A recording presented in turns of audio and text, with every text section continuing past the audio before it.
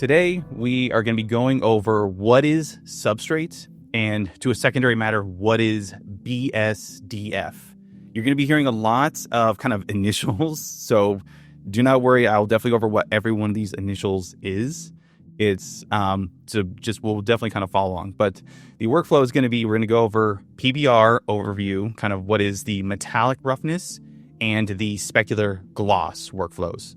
We will also go over what is BSDF in comparison to what is BRDF. And then we'll go over what substrate generally is, what are some pros and cons to using it, as well as a kind of walkthrough in UE5 with the substrate material system enabled. And then we'll go over through some final thoughts and then, of course, a Q&A at the end. So first, let's go over just as a quick little overview again of PBR texturing or physically based rendering, because even with this new system, you still need to know what are the kind of basics of texturing, essentially. So with physically based rendering, it refers to how we author materials using measurements that are from the real world, essentially. It doesn't necessarily mean that it's realistic or stylized. PBR conforms to both art styles. It just means that PBR authors in an accurate sense. Essentially, if you make a gold material, you want to make sure that it can work in interiors, exteriors, nighttime, daytime, cloudy, whatever lighting scenario, it should all react exactly how it's supposed to be. So I just want to kind of get that out there. It's not realistic, it's accurate, just so that we have a kind of bit of comparison on there, because there are games that are stylized that have PBR, like Overwatch. PBR is, of course, an umbrella term with two different aspects. One is energy conservation. Energy conservation refers to the fact that materials can, of course, reflect or absorb light, but it cannot reflect more light back than it can take in, essentially. So if you have a very bright material like this is a very flat white material, it can reflect light like a bounce card, but you cannot have more light bouncing back from the original light source. As you go further into making reflective materials from a rough material, it will reflect more back, because this one essentially absorbs and kind of takes in a lot of that light. When you get to this point where you're reflecting, you'll see that the material starts to darken. That is another aspect of energy conservation. Whenever you have a reflective surface, like say water, your surface starts to get darker because it's now reflecting that light that it would have absorbed previously. Which is why, like, when your clothes get dark or when a surface gets wet, essentially, when your clothes get wet and the surface gets wet, it looks darker in appearance because it's now reflecting more light than it would absorb, essentially. That's kind of one of the big aspects of energy conservation that we kind of handle in materials. Next, let's go over kind of what BRDF is. BRDF is a bidirectional reflectance distribution function. It's a scientific and mathematic formula of how we kind of calculate the interaction of a material surface with a light source.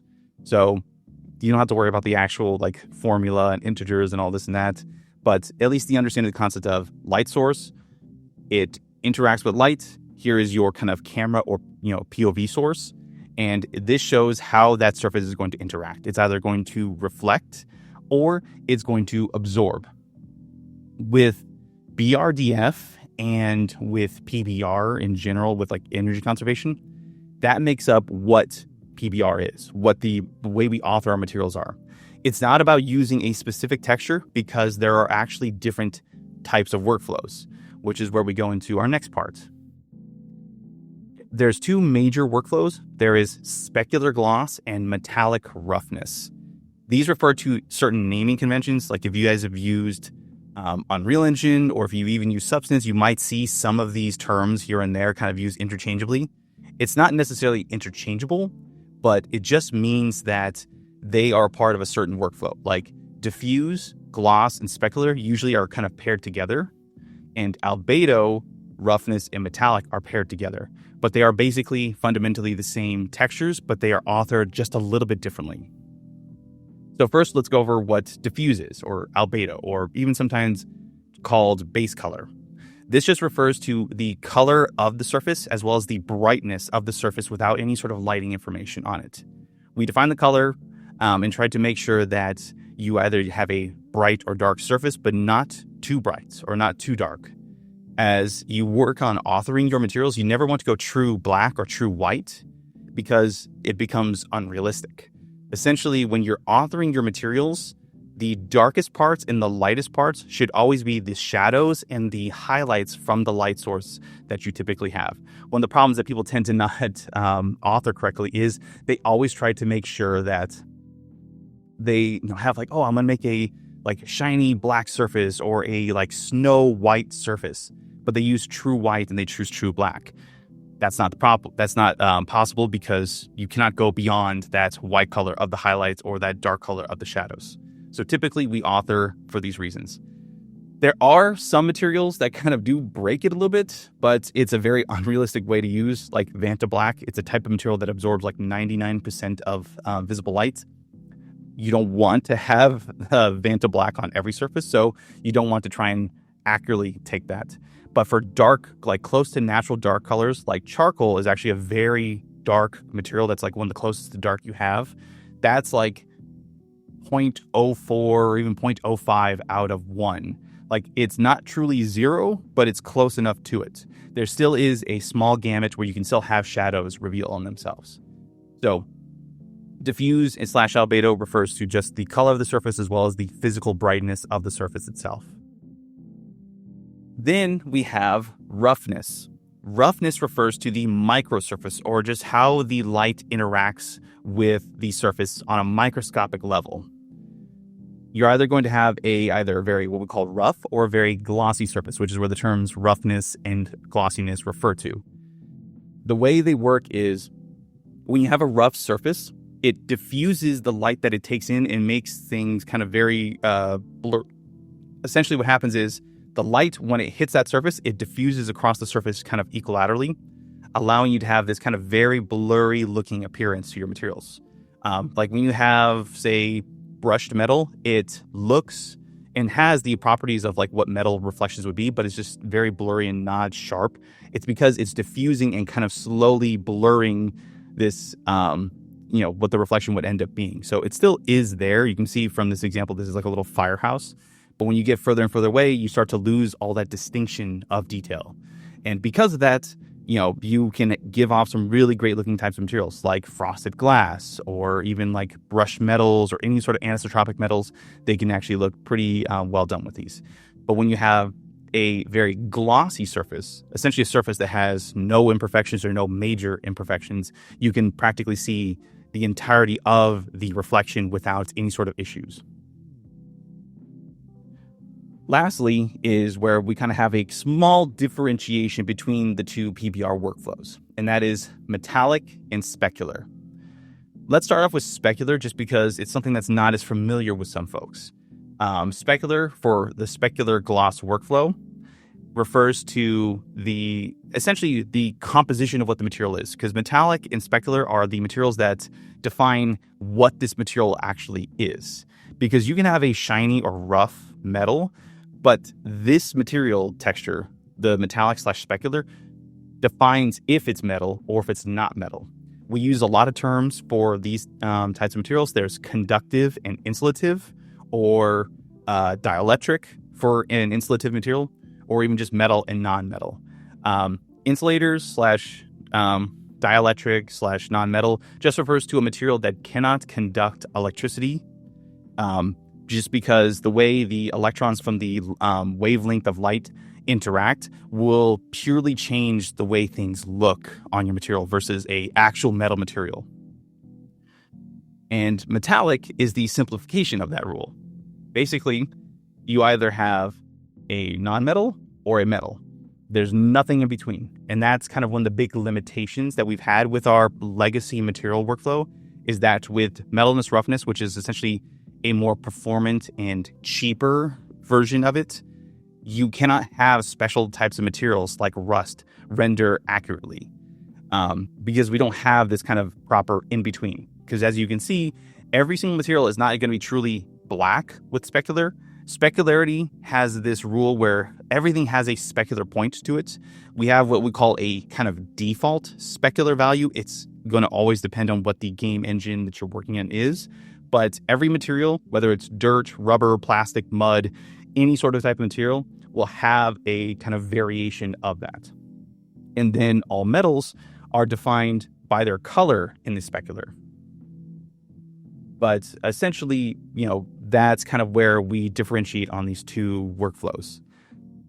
We're going to be going over a bit more about the workflows when we get to the demo part, but essentially, when we move forward to our next iteration, Substrate, essentially, we have changed kind of the way we handle our material interactions. Because in the previous legacy workflow, we only were able to accurately measure the way the surface interacts up here, BRDF. There is a second component called BTDF. BTDF. Yeah, it's, fall work with me on this one. There's a lot of these big terms. Bi-directional transmittance or transmitted scattering distribution function. It is a mouthful, but essentially what it means is that beyond the surface itself, underneath the surface, for things like, say, subsurface scattering, or just even translucent-like materials like glass, we don't have an accurate way of measuring that stuff because we had such limitations. So when we had materials like, subsurface scattered skin or glass or just any type of material, we never had a way to measure that in an accurate way. We had to kind of guesstimate on that stuff. So there was very huge limitations on things. Like we had to fake things like thin film interaction, which is essentially when you say look like a bubble, and bubbles have that kind of like rainbow-like appearance. Thin film refers to essentially it's a very thin surface that has captured light, but there's no way to for it to properly render. So it's just going through all the rainbow colors of the spectrum, and it cannot find a way out. We had to fake that. We also had to fake things like clear coat. We had to fake subsurface scattering, and we had to even fake how glass works because glass in the legacy workflow was very limited. So these two systems, BRDF and BTDF, they actually are part of a much larger mathematical formula, BSDF, and that is the basis of what substrate is. BSDF just takes both the interaction of the outer surface and the inner surface and combines them together. So these are my little quick terms for all this stuff. The in conclusion is not the end of the presentation, so don't worry. I'm just going to quickly go over. PBR refers to the guidelines of our authoring of textures and maintains an accurate, not realistic, guideline as we kind of make adjustments. It's going to depend on the game engine and the production itself because there's always going to be some sort of thing. There's never going to be a this or that. Thankfully, with Unreal Engine being an open engine that's public, there's always a lot of these values that are going to be out there so anyone can use those. But for other kind of proprietary engines, there's not going to be anything possible for that. Now, BRDF and BTDF refer to the formula of calculating and measuring the material and matter response of a light source. Depending on what happens is how we will refer to authoring our textures in PBR. And then finally, BSDF is the combination of the BRDF and I made a little miscalculation on that, but BTDF formula. BSDF is, again, the whole workflow that we're going to be going through, and that makes up Substrate itself. Now, let's go over what is Substrate. Substrate, formerly known as Strata, for anyone who actually had used Unreal Engine 5 very early on, Strata was its original name. It is a new workflow on how we approach authoring materials. It replaces the shading model system that came with the original Unreal 4 and now the early Unreal 5 versions, and just now has general nodes that we can kind of combine together and be more expressive and more kind of fluid in how we approach putting them all together. Materials in Substrate are kind of conceptualized not as just like a texture in a material, but actual matter, physical matter itself. These slabs are, what we call the principled BSDF, essentially. They represent actual quantifiable units of measurement that we can actually use for information. They can be expressed and combined together, mixing them and even layering them together, allowing you to have much more expressive workflows because in the previous legacy workflow, we could not combine two shading models together. That was incalculable. That was not possible at that time. Now it is possible.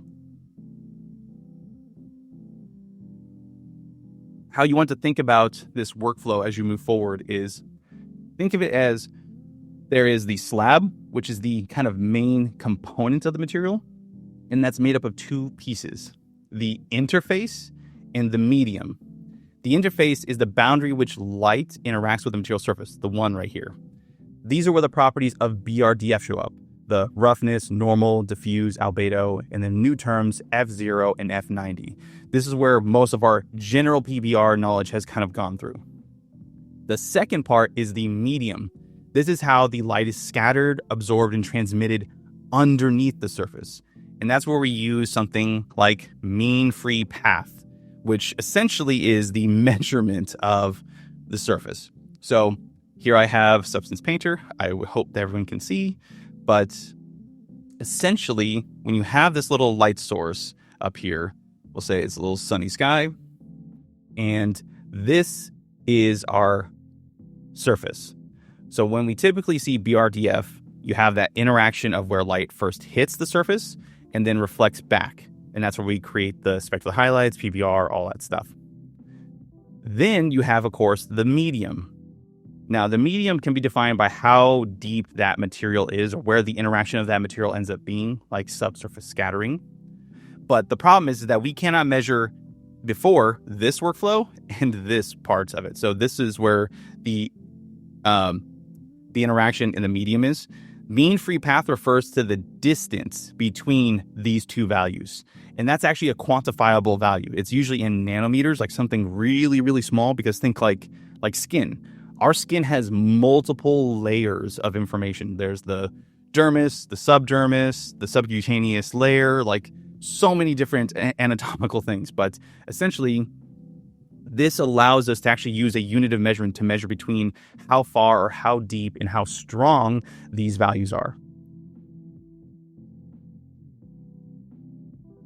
How things are going to look now is like this. So typically when you actually create a substrate workflow, you have, of course, the slab, which is where your kind of definable material is. And that gets plugged into this kind of front material. The front material is kind of the new terminology of how you define the BSDF/PBR of the material, and that kind of gets combined in there. The new workflow has a couple new changes to things. It has diffuse albedo as the new term instead of just base color. And we have these two new values right here, F0 and F90.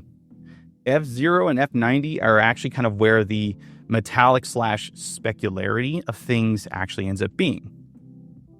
So if I were to quickly go back,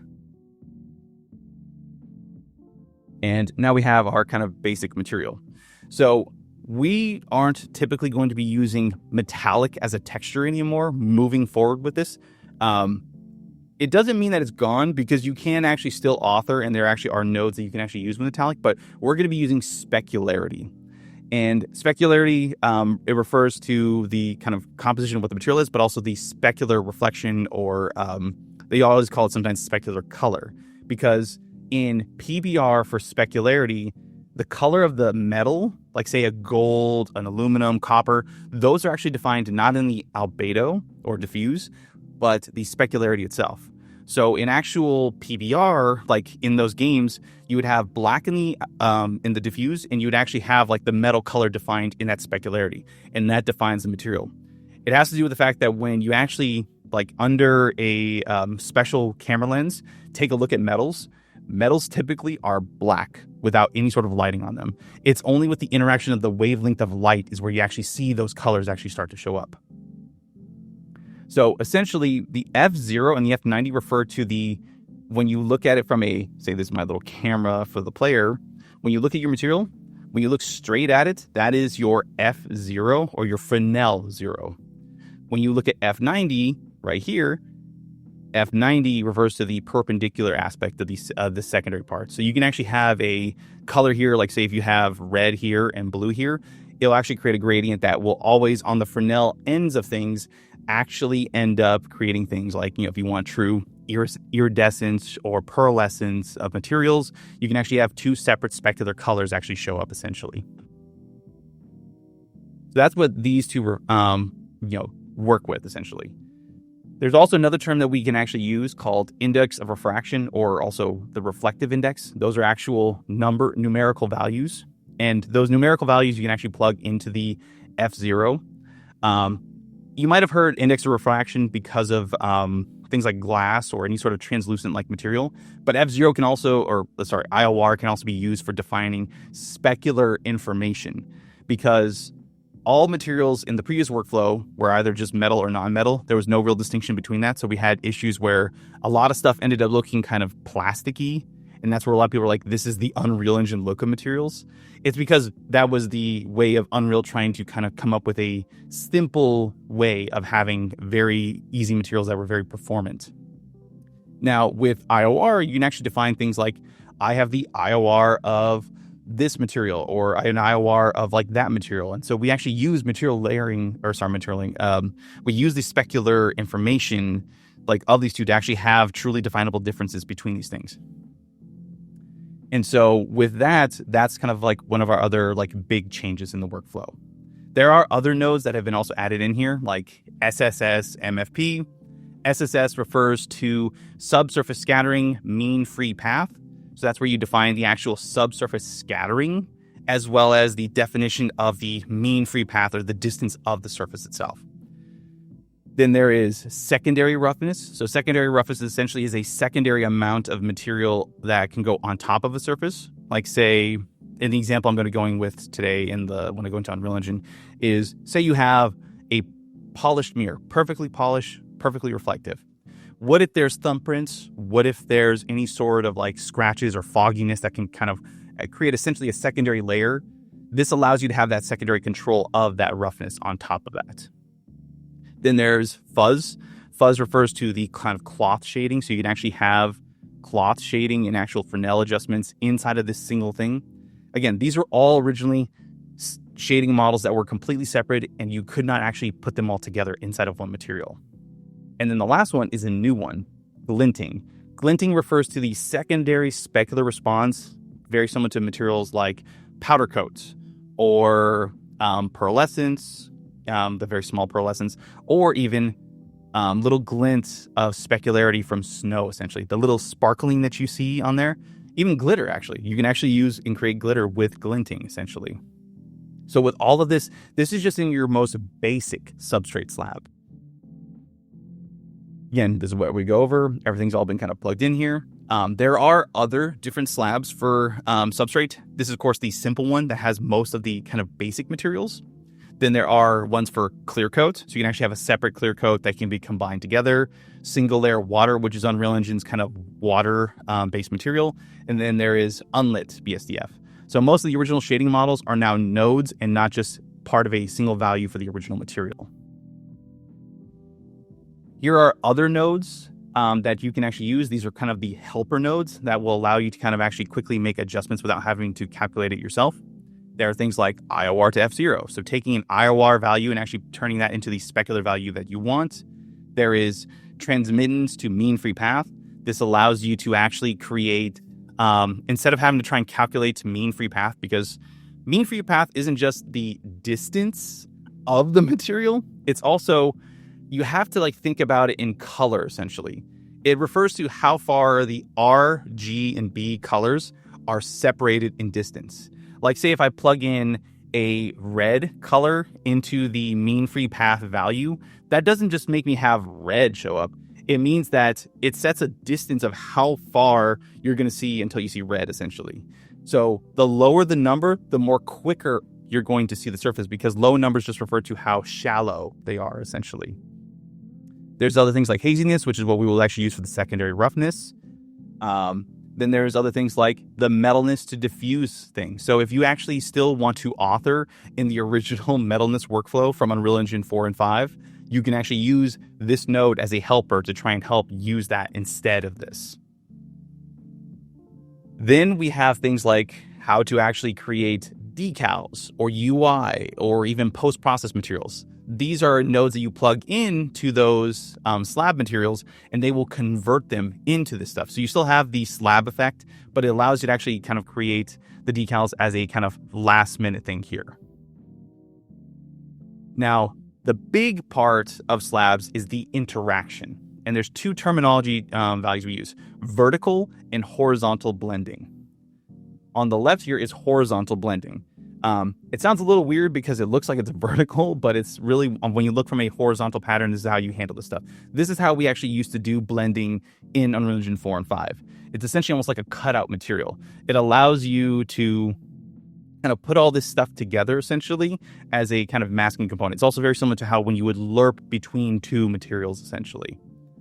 That's kind of how your kind of basic blends have been. Then there is the vertical layering. Vertical layering is how we actually handle things like coating or paint or varnish. So you actually can think of it almost like a physical layer of matter of, like, say, wood, and then have like water or paint or something that's actually like kind of layered right on top. You can control how thick, how thin, how like much control there is, and how much of a soft transition there are. Before, it was very hard to kind of have this type of interaction because, say, if you had an example like metal and rust, sometimes you would look at the way the two interact, and you would look at the rust, and like the way the rust interacts with the metal, it starts to get this like very kind of rough, sometimes white line essentially between the two materials, because it's, again, and at that point, a binary, a 0 to 1 value for metallic. So there's never a soft transition between a dielectric material like rust and a metallic material like copper. So you would have these like really odd looking interactions, and it wouldn't look accurate enough.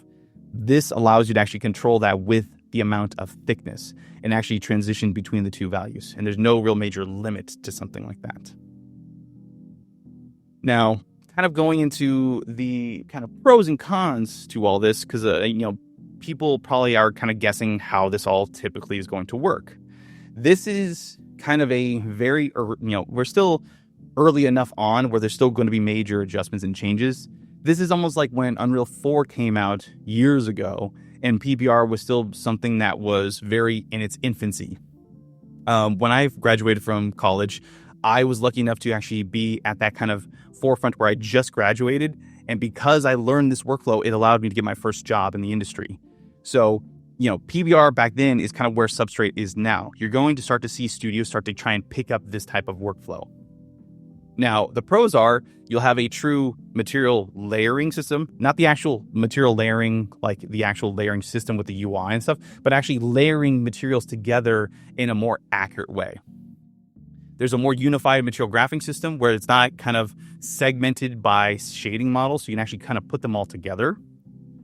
There's better realism, and it allows you to be more modular in your approach to thinking on how you combine materials together. It's future-proofed because now we actually have both aspects of BRDF and BSDF. And there's a kind of better consistency because a lot of studios can actually use this and not have to try and fake their own way around things, because a lot of studios had to try and come up with their own method of things like thin film or subsurface scattering and try and come up with something really cool and interesting with the limitations of the architecture at the time. Now, you actually have that. The cons. There is a bit of a performance overhead because we cannot skimp on some of the texturing. We have to actually use more textures now, and we have to still try and find a way to be performant in different ways. So in some instances, we might start to use more one-off textures, like more 0 to 1 textures, and then use some of these guys as secondary types of masking. There is some limited support for some features at this moment with Unreal Engine because it's still very new. So they're still trying to swap over from the old legacy system. So there might be some material issues that might arise still with this. But it's something of they're going to hit it when they find the issue, essentially. Third, and that's kind of one of the biggest ones, is it's a learning curve. It's a relearning of how we actually handle our textures and how we author this stuff. A lot of these authoring programs like Substance and Quixel and all this other stuff still have a problem where they don't think in BSDF. They still think in the old PBR workflow. So they're still going to be behind in a sense. So until we get that, we have to kind of make our own workarounds inside of Substance to create our own kind of custom outputs and stuff. Of course, again, there's still some compatibility issues in some ways. BSDF is still very new and still working on. So we are going to have more of these compatibility issues start to come up with other things like VFX and other rendering techniques. The other cons is there's not much debugging and profiling right now. It's very complex. So it's, you're going to be looking at walls of text, and only if you know what you're looking at, you'll have the issue. Like, you won't be able to find what the true issue is. So it's something for people that, like, for any of us that aren't kind of a major technical person, it's going to be very hard to try and learn how to handle this performance. But for other folks, like actual tech artists who have been working in this for a long time and actually have used this type of system, they're probably more familiar with it. So it's still very hard. And of course, the last one is it's still evolving. It's still changing. You can look at any Substrate material, like tutorial online, and you'll see the UI looks different. The terminology is different. Things have completely changed and are completely different because they're ever changing on this. The system's still there, but the way they handle the UI and how they handle these things, it's still a bit of a problem. So we're still very early on, and there's not that many games out there right now that even have a BSDF workflow, let alone even Unreal Engine. Like, I can't point to any major one, but I can at least point to the fact that there are game studios that are currently working in this workflow. And that's one of the best things about that. So without further ado, let's go into Substrate. So hopefully everyone can see this. This is my little mid-century style scene that I've been kind of working on for the past few months. This is been modified, so it's now actually inside of Unreal Engine 5.7. Unreal Engine 5.7 is going to be where essentially Substrate is enabled by default. There's going to be a part where it's going to try and convert everything. Like, it has to convert all your materials. It has to convert and change things where it has to, but it allows us to actually try to, see how this stuff works. And you can actually see, there's already been a change when I converted this over. You can see right here with this glass material. Essentially, the starter content that we have here is, just simple glass. But before, when you would look at this type of material, frosted glass, essentially, you had to essentially cheat or find a hacky way of handling frosted glass. The way that they would actually do frosted glass was essentially they would use a special type of material, a post-process material, and it would actually render what they see behind it blurry as a texture, because there's ways to access like the actual output of the texture itself, but they actually would fake it and blur it instead of actually having actual glass actually render and stuff. So that was like one of the first big things. And this is actually one of the first things you actually can notice with me converting this over from Unreal Engine 5.5, which is my original one. So let's go in here and let's create a new material, and we'll call this BSDF. It's lumen flickering. I know there's going to be some issues, but it's because it's trying to calculate all this stuff on here. But it should be fine for the time being. So as you can see, it doesn't look like much has changed in this system. And that's because Unreal Engine has actually kind of made it a little bit easier for most other folks. So you can actually still do the old workflow here. There's still base color, metallic, specular, roughness, all this kind of stuff. But you'll see we have this little purple thing right here. It says front material. This refers to where we're going to start to actually do Substrate stuff. So if you right click and type in slab, or even type in Substrate, actually, there's a ton of Substrate nodes, kind of all the different things that we've gone over. So let's quickly go over the most basic one, which is the slab. So all the slabs are essentially the terms that they've replaced for shading models. So in the previous version of Unreal Engine, you would have to go in here and there would be this shading model version. You have all of these guys essentially right here.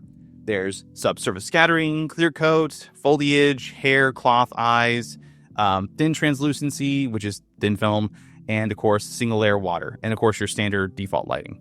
That's where these guys come in, because before you couldn't combine any of those materials. Like, you couldn't have a subsurface material and a glass material at the same time.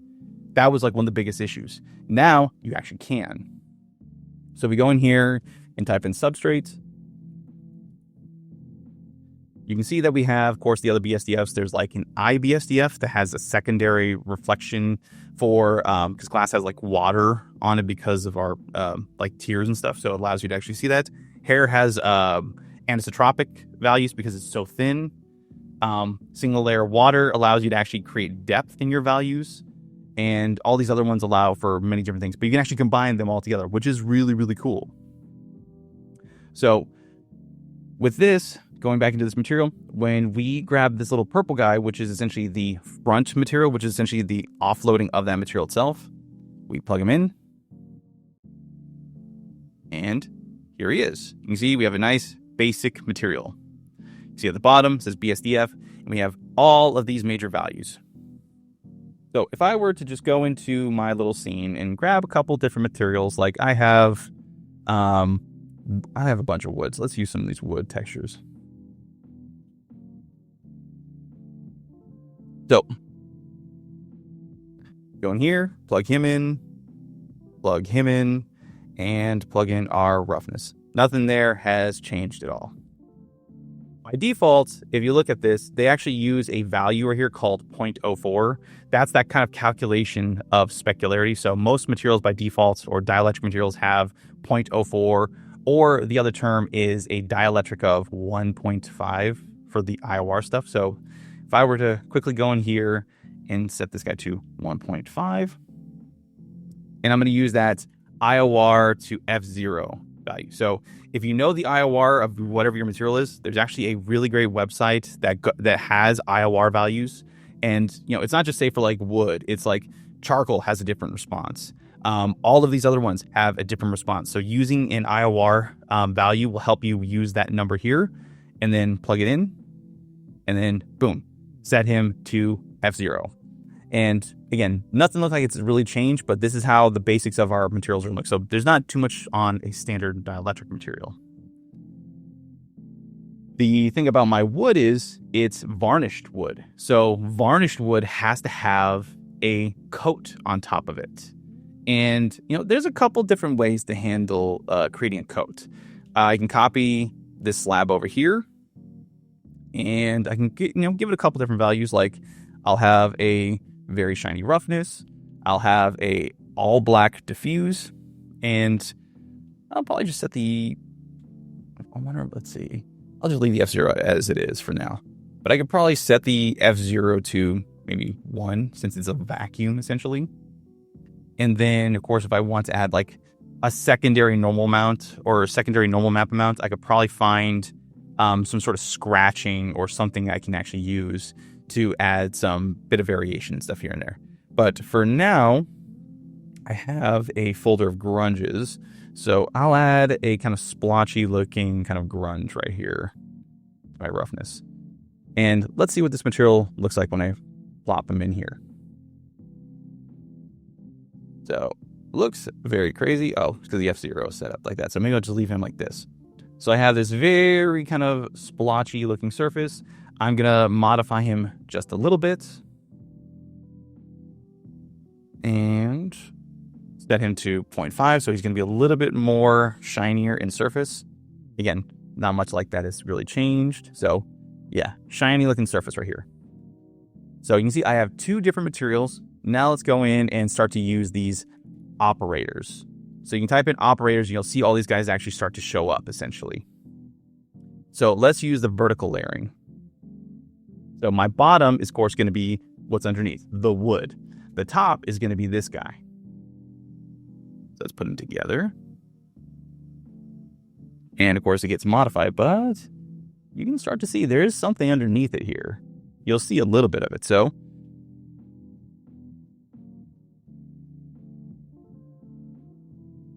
let's change this guy to...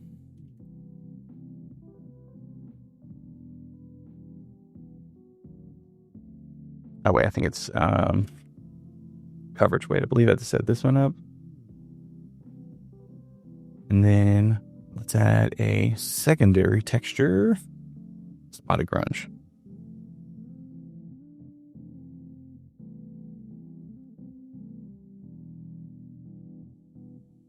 Oh, yeah, it's this. Real quick.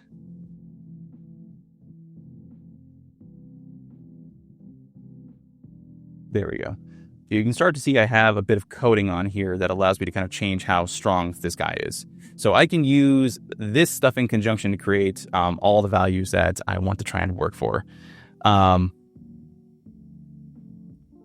Let's see if I can go in here. Make a smaller adjustment, 0.5.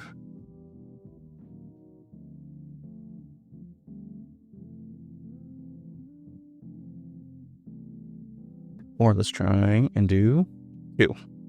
Make them a little bit stronger. Actually, I'll probably just turn off the diffuse on this guy.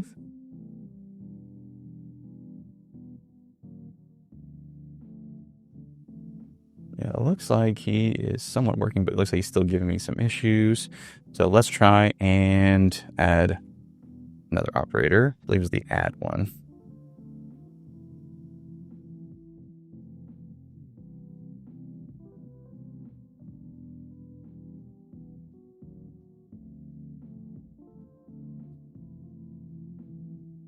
If I go in here and I set him to 0.25, you can see that I don't have as much of my reflections as I had before, but I now have this little clear coat on here. If I set him to 0, see that he's now like super, super shining. I can even add a little bit of refraction on here. So by using an add node, it allows me to just add some very simple coverage on top of things. Essentially, you can actually control and have some sort of like soft varnishing, or you can even have like some types of clear coat of wood allows you to have a very kind of milky like appearance because of depending if you're using like oil or water based. So you can actually control this value because the more whiter it is in appearance, just like how an add operative, like in add, multiply, divide inside of the operators, you can actually control this kind of whitening value essentially. So like if I set him to say 0.5 and they start to darken the overall texture, this coating is going to appear a little bit differently essentially. So if I do even like 0.14, coating starts to disappear further and further. 0.05. So it's a little bit milky, but it allows us to really make these little adjustments on here, allowing me to actually have a secondary amount of roughness on top of stuff. And I know for some folks, it's probably like, okay, why is this different than your kind of typical workflow with like all of these guys? Here, let me just delete some of them. It allows us to have multiple versatility on our values. Like if you try to just play around with this guy as a whole material versus this guy, you can control the efficacy of like how he can be blended together essentially. It allows for a lot more kind of control with secondary amounts of things. It's what's really great about BSDF. Like if I were to completely, just delete all this and just go back to say a metal material, which that's probably where we're going to see a lot more of a big change. So let's go in here and let's see. I think let's find some gold PBR. So we got that orange value. We'll use that to the F0. Plug this into our diffuse. And let's grab this cloudy grunge as my texture. And let's add this value. 0.25. And boom. So now we have ourselves a nice, very glossy looking rough normal map. And one of the first things actually, when you look at metal now, is that there's a major difference. A lot of times when you looked at the old metal materials in the older versions of Unreal Engine, the specularity was not tinted, as in like it would have this almost kind of whitish value to it. With Substrate having a true specularity, you actually now have colored metal materials, which was like another issue that people had a problem with old metal values inside of the legacy Unreal Engine. So with that, if I ever want to kind of come up with some sort of weird kind of pearlescence, or even some metals, like some metals can be actually tempered with heat, like aluminum. There's like that whole thing where you have like a gray material, like say, go kind of off gray like this. You can actually have it so that when you look at materials from a secondary standpoint like this, you can actually have a kind of tinge of a secondary roughness a different specularity on top of this guy. So if you have metal materials that actually have been like tempered with chemicals and heat, you can actually create this type of look and appearance on your surface. So this allows you to actually create a very like small adjustment to your material.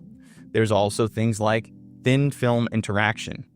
So I type in thin film, there's this lovely little node. So this node allows us to actually control that thin film interaction on our surface. So if I grab this texture, there we go. So I grab this texture, plug into the thickness, and then plug in two values. Like, say if I grab this one and this one, plug one in here, one in here.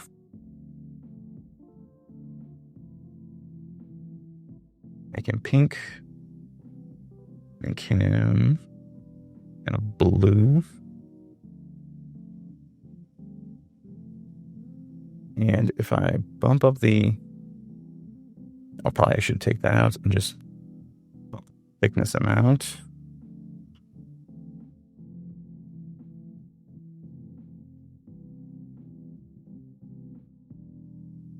I like to change it to something kind of crazy, like 100. No, he's not interacting how he's supposed to. Let's probably grab another normal map to this surface. Let's see. What would be a good one? Let's try this stone one, just for giggles. There we go. Now we can start to see a little bit of interaction on the surface. And you can see when you look at it from odd angles like this, you can actually create this like iridescence or even pearlescence. So if you have like a not so strong material, like maybe I change this to like one of my, what would be a good one? Well, if I change this guy to say 1.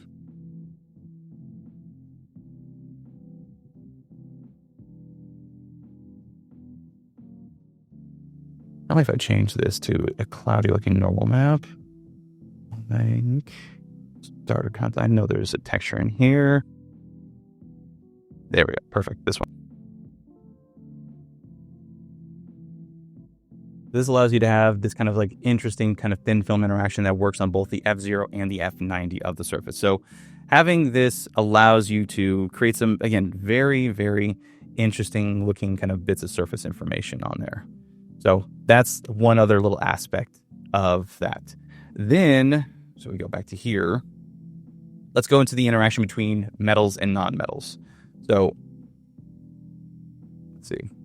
We go into here and let's kind of make this guy not gold. Let's make him iron. Iron has a somewhat similar material. That's actually all white. Don't need that. Here we go. Closer to this. And we'll take this one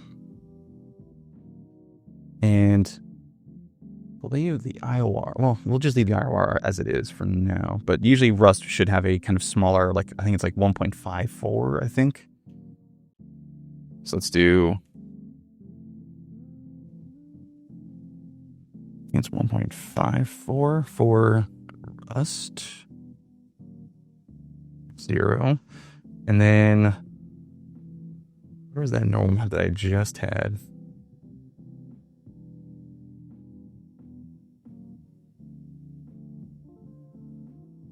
Here we go. I'm going to plug this guy in.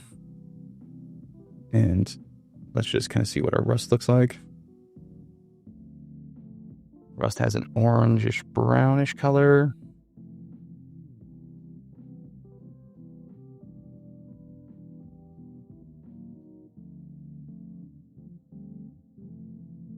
And hit OK. Oh, that's way too red. that I think should be fine. So let's say this is our rust. And yeah, his PBR needs to be adjusted a bit more. So let's adjust this guy to a 0.2. Don't make him a nice roughness. Maybe make him a tiny bit more rougher. like that. That should be good. And then now let's do a horizontal blend.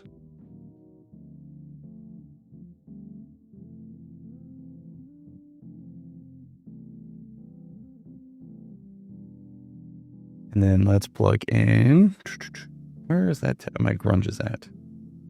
Spots grunge, perfect.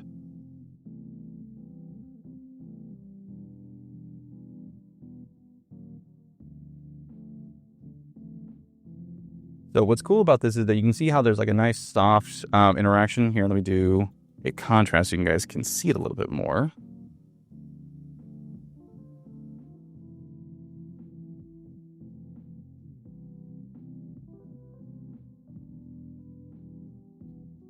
So typically when you see rusting, there's always usually supposed to be like a kind of hot white line that typically happens around here because it can't handle the interaction between a dielectric and metallic material.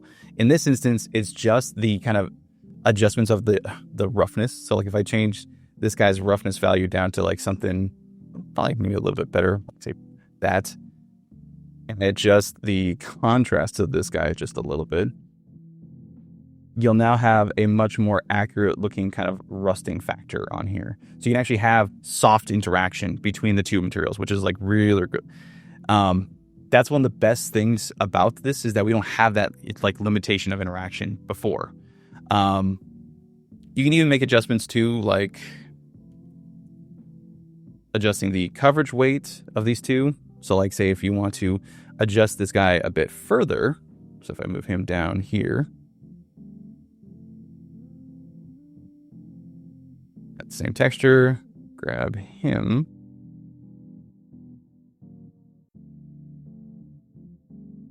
Actually, let's try these leaks instead.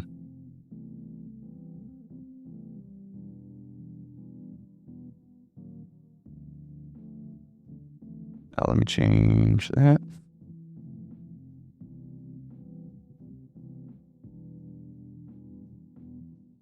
Yeah, that's what's going on. Come on. Let's try to fix that. But yeah, for the most part, this again, it's a what allows you to actually make these like major kind of little changes and stuff with the interaction between these two materials, which is really good. I'm gonna save this one real quickly. I'm gonna go into making a different material. So let's go back to materials, substrate, and I'm gonna make glass because that's another one that's going to be kind of pretty big on how we approach these things. So glass always has been kind of tricky for some folks as they work on their authoring. Let's go in here. And how you approach making glass. So let's grab another slab. And one of the big changes also that kind of comes with this new kind of smaller material is that because there's no there's no shading models, essentially, the only thing you change here is the blending mode in your approach. So there's a couple different types of blending modes that have been added. So before it was, I think, just opaque, masked, additive, composite, or modulative, and then there was just translucency. There's actually a couple different types of translucency now. There is gray transmittance. It allows you to just have some simple transmittance of just gray values. So essentially almost like subsurface scattering. There is color transmittance for like soft transmittance that's not fully see-through for certain subsurface scattering values. And then the one we want is translucent colored transmittance. This allows us to actually create glass. The other thing is that we need to actually use IOR. So if I type in refraction, I need to turn on my refraction method because index of refraction is actually a requirement for these materials essentially now, because that's how we actually handle things like rough refraction. Rough refraction is that frosted glass-like effect essentially. So if I were to go into here, so let's just set this guy to, actually let's set him, let's grab one of my grunge textures again. Let's do moisture grunge. I'll multiply.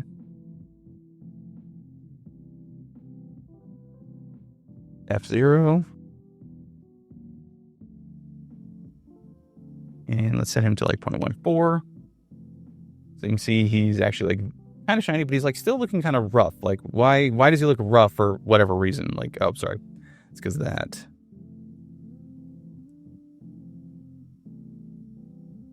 Calculating the shader. Yeah, still looking rough. Got a roughness in here. Gonna set my diffused albedo to that. And we're probably wondering like, okay, why does this all look so weird? Like, where's the stuff? Like, where's opacity? Where's opacity mask? Where's all these values that you have like, issues like that you're kind of missing on here? So one we need is transmittance to mean free path. Transmittance to mean free path allows us to make the kind of change from one material to another. Let's say if I set this to red. And I believe, yes, I need to set my IOR to, I believe it's 1.33.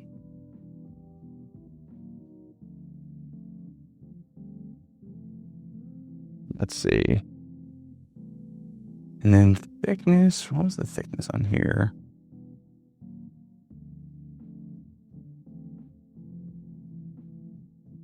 Oh yeah, that's the other thing. I got to change this. That's another new thing that they haven't really shown from 5.7 to like the older versions is you need to change the subsurface type. So I need to change this to simple volume. So now I actually have like true glass. Change the thickness out on this guy.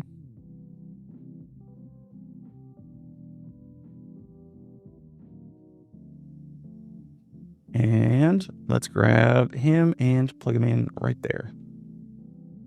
As you can see, I have this like nice glass-like material. It's one-sided, but as you can see that it's like actually creating this like nice reddish tint on things. If I adjust my roughness to be more rough, like say if I set him to 2,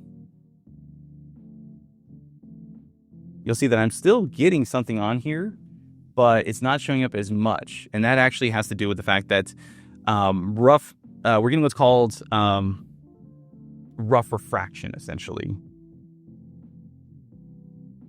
So how rough refraction actually works is, where's it at? Go back. So essentially when you do the BSDF part like this, and you have your other person right here, when it does the interaction, typically that's how it's supposed to work. That's usually how a nice, smooth, reflective surface should be. With rough refraction, what happens is that right here, it's not just that you get this interaction, you get all these other tiny little interactions here and there. And when you have all these smaller reflections happening at the same time, it starts to kind of blur and diffuse because it doesn't know where it's supposed to go, essentially. This is for all the little kind of micro interactions of roughness like this. That allows us to create rough refraction, which is what we call frosted glass, which is like why if I change him from like 1, which gives us, perfectly rough refraction, down to 0.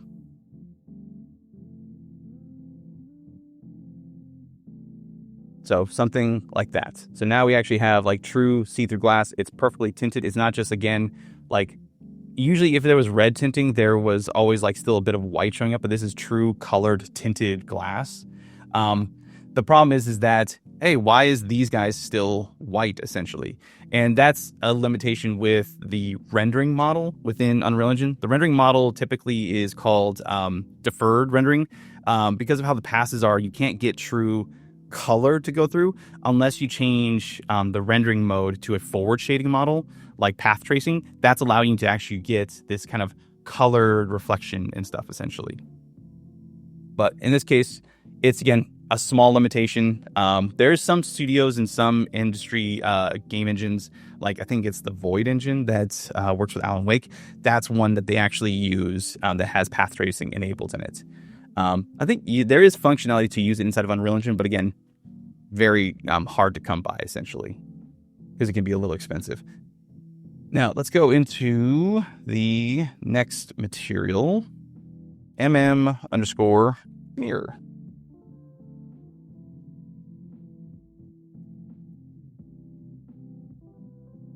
So plug him in here. Set into black. Set the roughness to like 0.05. Sorry. Old habits. Lab material. Plug it in like this. So diffuse. We have our roughness. And then the 0. We're going to do close to white because chrome is like very, very close white. It's never a true white. So that's how we can get our mirror to show up. So let's hit save. So as you can see, we have our mirror showing up. You can see lumen reflections are kind of like losing it right now because I've set them to be very low. If it were really high, we wouldn't be running the stream right now. That would have been a problem. But let's go over how to mess around with like secondary roughness. So we're going to use this little lovely node called haziness secondary roughness. So we're going to plug in both of these guys. And we're going to use, where's my texture at?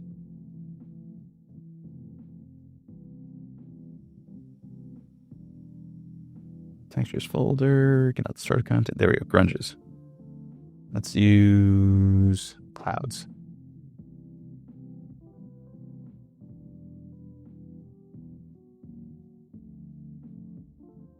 Grind 2.5. So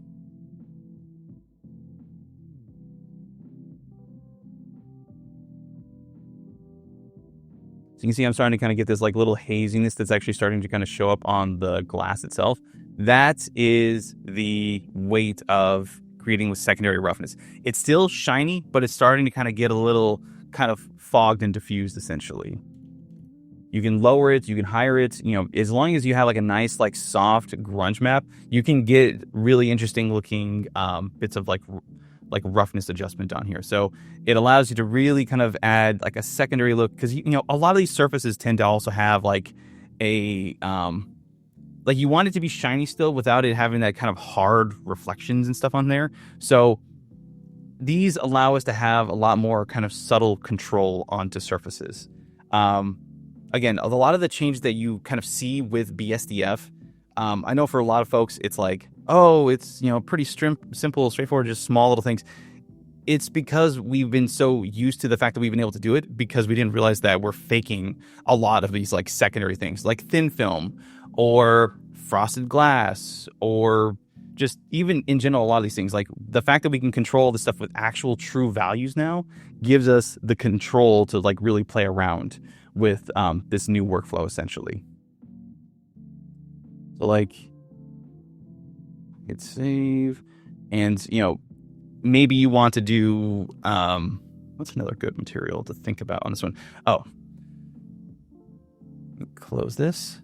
Let me grab my little glass right, or my little vase right here.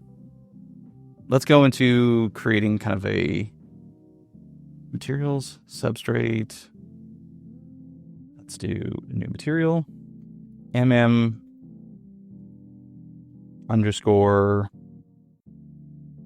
_glint.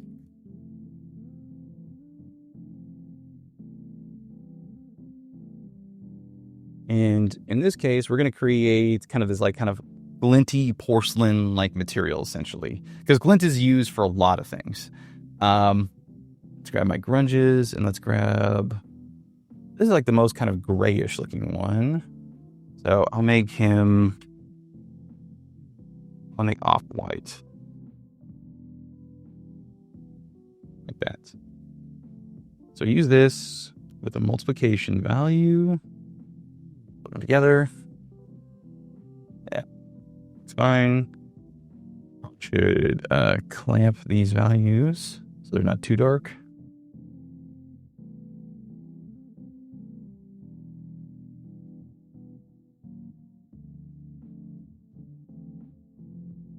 Yeah, looks good. And then roughness, make it nice and not too shiny. Let's do spotted grunge.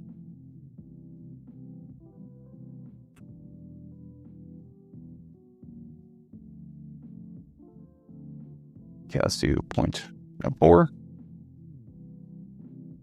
Some subtle roughness variations on here.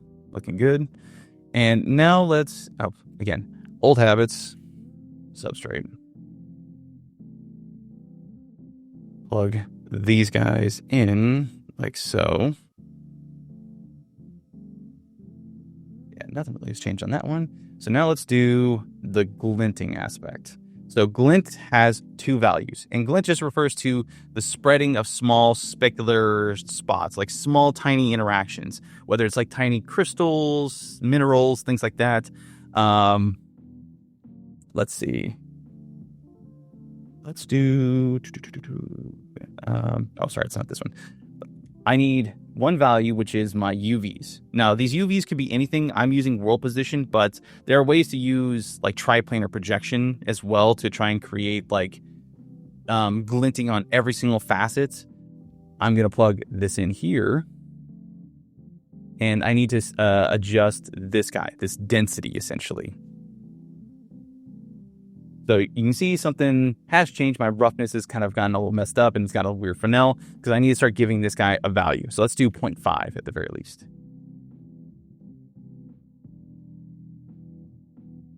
So I see something subtle, but let's see what 0.3 does.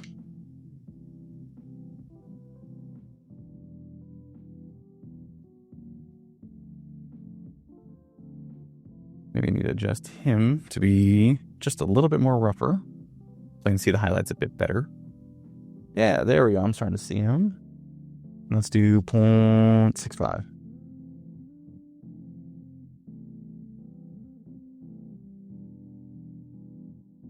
You know, I'll just make him kind of flat rough.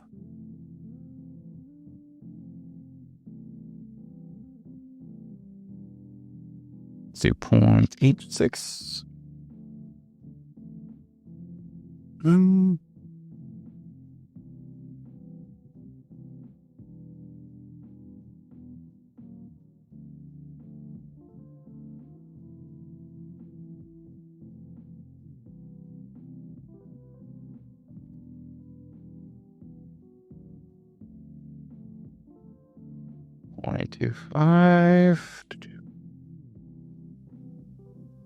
Trying to showcase the glints themselves, but I feel like it just can't really see. You can see it right here, this little small highlight. I feel like the values are just way too tiny. But it's also the UVs themselves. Like this controls the amount.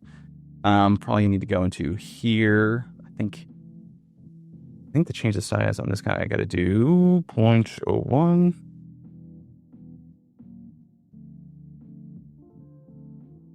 There you go. You can actually start to see the glinting actually happening right here. This guy. So this allows it to see like what the glints actually look like. When I start to raise that number, you'll start to see they get smaller and smaller and smaller like that.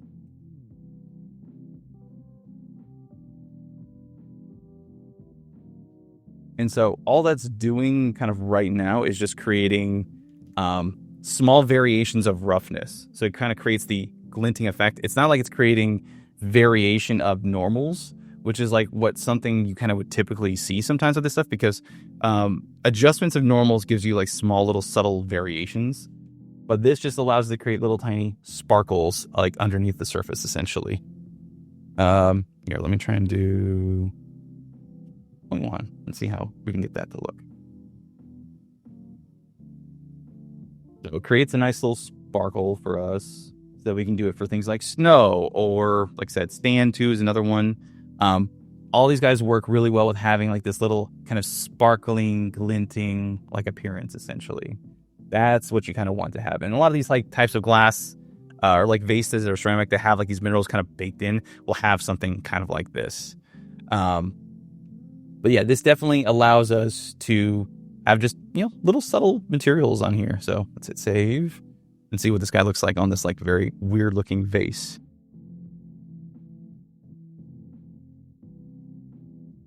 So when we look at it up close, see, now you can see some of that sparkling starting to kind of happen on here. That's really what you like to see, is just the little sparkling and stuff starting to show up in certain angles. That's what's really nice.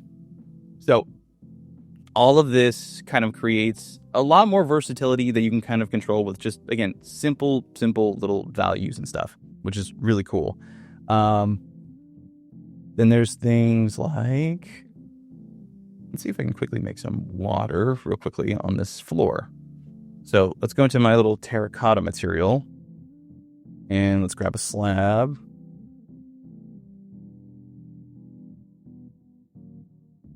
And let's plug this one. A normal map right here. And this one's my, where's that, roughness.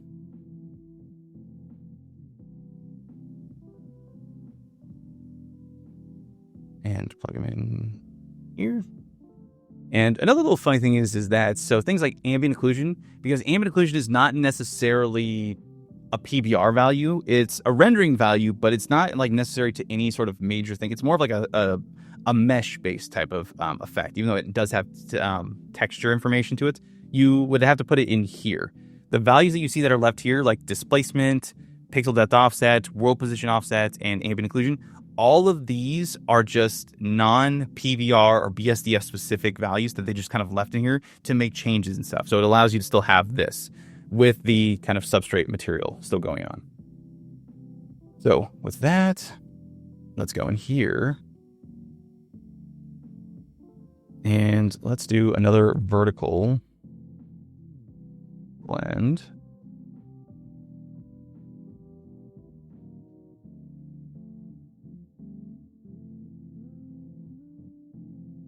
And let's do coverage.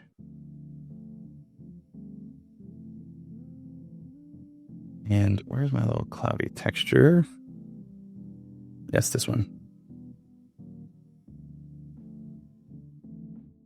And let's add a contrast node.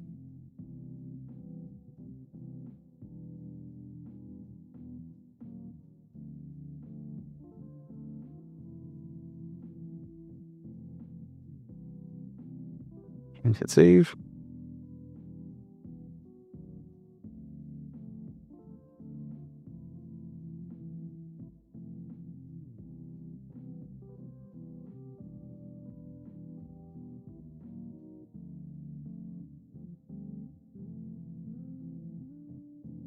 .01. Let's see how that makes that change first.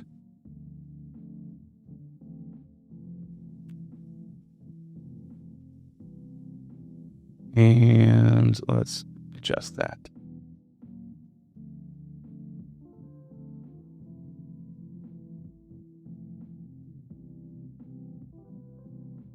So this allows us to create wetness factors onto our surface.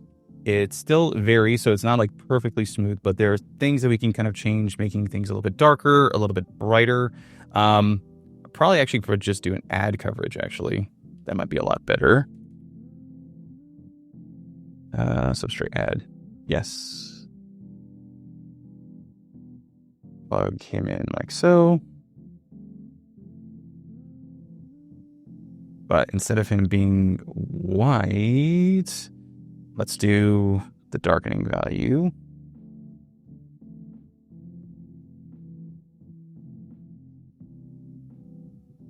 There we go. So now you can have this kind of wetness factor. We just change, delete that. And let's grab that coverage. Plug him in here. Plug him in here. And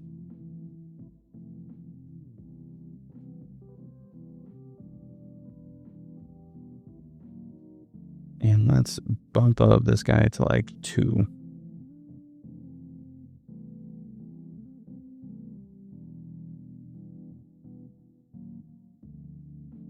So we can have some spots be a little bit brighter, a little bit wetter.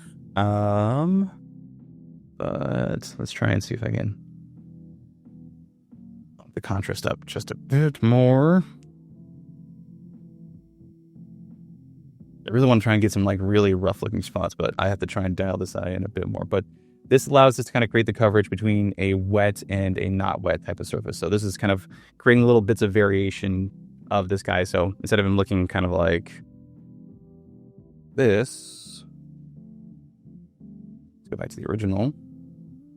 That's what he looked like originally. The other one allows us to create this kind of wettening type of factor on top of surfaces. There is a way to mask it using the horizontal one, but yeah, it's definitely something kind of very interesting on there.